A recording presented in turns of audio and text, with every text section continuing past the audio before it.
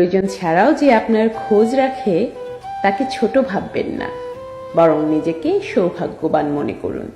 কারণ এই স্বার্থপর যুগে এখনো আপনি কারো মনে রয়েছেন।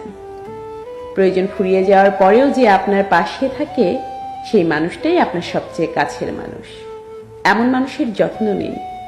যখন দেখবেন কেউ আপনার খোঁজ নিচ্ছে না, তখন ওই মানুষগুলোই হঠাৎ করে কোনো কারণ ছাড়াই আপনাকে মনে করে জানিয়ে দিয়ে যাবে আপনাকে সে ভুলেনি। সবকিছুতেই কারণ খুঁজতে হয় না, সবকিছুর কারণ খুঁজতে গেলে সেটা সৌন্দর্য হারিয়ে যায়। কিছু বিষয় কারণ ছাড়াই সুন্দর।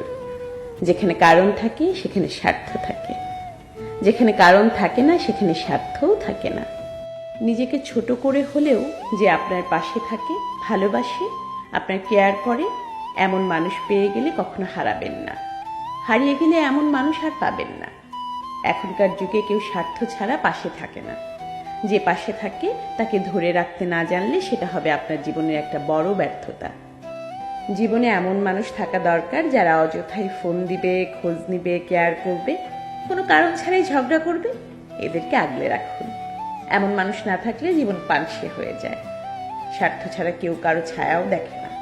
সেখানে নিঃস্বার্থ মতো কেউ আপনাকে মনে করছে মানেই আপনি তার কাছে অন্যতম। জীবনে কাউকে অন্যতম করার চেয়ে কারো কাছে অন্যতম হওয়াটা সৌভাগ্যের ব্যাপার। খুব কম মানুষই কারো কাছে অন্যতম হয়ে থাকতে পারে। যে মানুষটার কাছে আপনার গুরুত্ব সবচেয়ে বেশি, সেই মানুষটা কখনো আপনাকে ভুলে থাকতে পারবে না।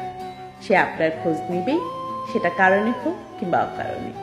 আগলে রাখুন সেই মানুষটাকে যে কোনো স্বার্থ ছাড়াই নিয়মিত আপনার খোঁজ রাখে। এমন মানুষ সবার জীবনে আসে না। এদেরকে ধরে রাখুন। এরা অভিমানী হয়। এদের একবার হারিয়ে ফেললে আর ফিরে পাবেন না।